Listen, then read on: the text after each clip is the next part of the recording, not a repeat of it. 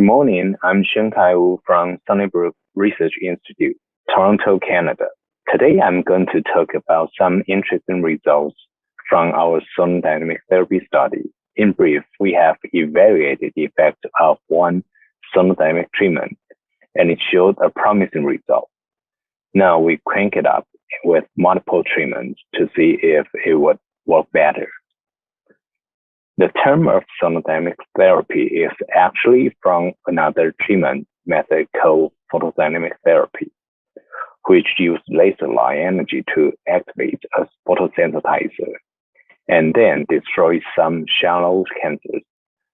But it is not practical to treat a deep-seated tumor, for example, brain tumors. In fact, photodynamic therapy and sonodynamic therapy are similar, but their energy source determine their applications. In sonodynamic therapy, the energy source becomes ultrasound, which has the ability to activate the agent indeed and still produce anti-tumor effects. The drug accumulates via EPR effects in tumors with leaky vasculature and defective lymphatic drainage. After ultrasound activation, the agent becomes toxic to the surrounding tissue. The possible mechanism in sonodynamic are cavitation and microstreaming. This could activate the sonosensitizer and then produce the reactive oxygen species and free radicals.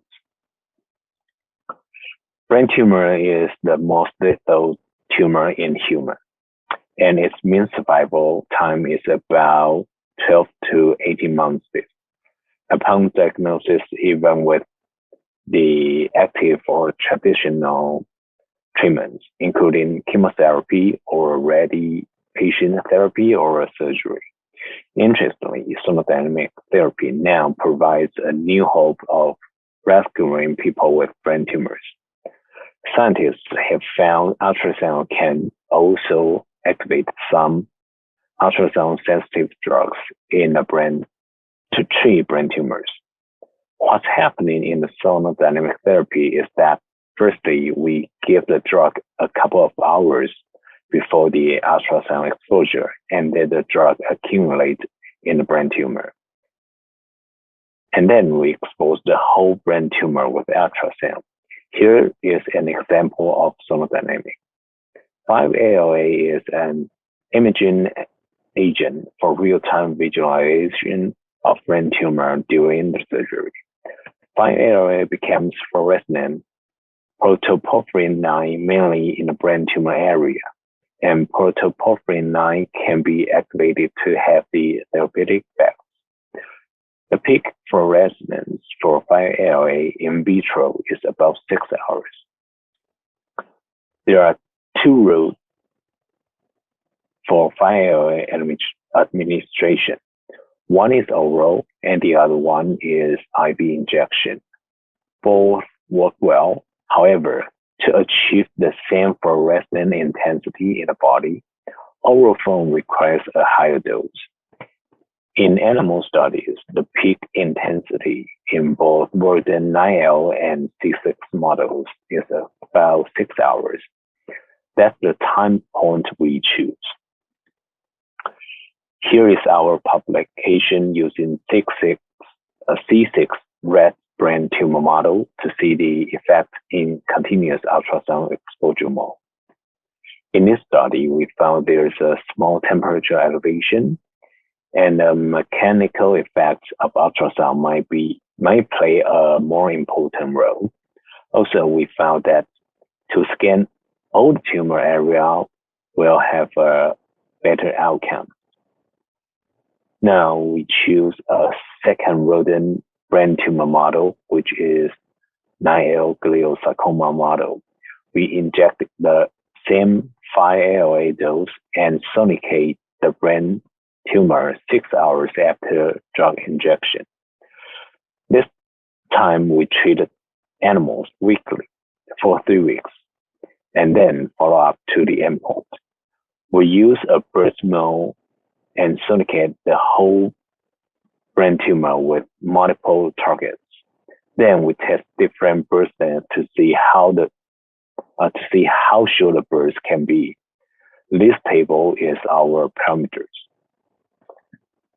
Firstly, we have a good outcome from our longest birth stance. After 3 weeks of treatment, the sonodynamic groups show 100% survival, and the tumor were gone in all of the animals. So we wonder if we can reduce the burden even more. However, with the same parameters, 10 and 15 millisecond groups were not as good as the longest burden group. After 3 treatments, there was a small difference between 10 and 15 milliseconds, but for the survival, there's no difference. In summary, firstly, multiple treatments provide a promising therapeutic outcome in preclinical models. Secondly, the effect seems to be proportional to birth length. In other words, we need a longer burst to achieve the therapeutic effect. However, a shorter burst is ideal for a large volume exposure. So there's a trade-off in this parameter. For this preclinical system, the motor speed determines the time that requires to complete the treatment. Using a phase array system is a solution to shorten the treatment time. Thanks for everyone who helped with this study in Sunnybrook Fast Lab. And thanks for watching.